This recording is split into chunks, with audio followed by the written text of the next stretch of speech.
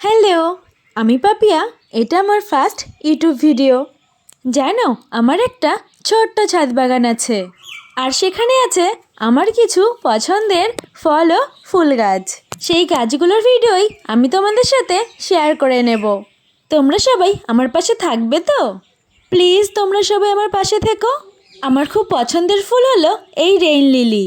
দেখো আমার গাছগুলোতে কি পরিমাণে ফুল ফুটেছে। তোমরা যদি বিনা খরচায় কোনো গাছ করতে চাও তাহলে কিন্তু তোমাদের বাগানে এই রেইন লিলিকে রাখতেই পারো।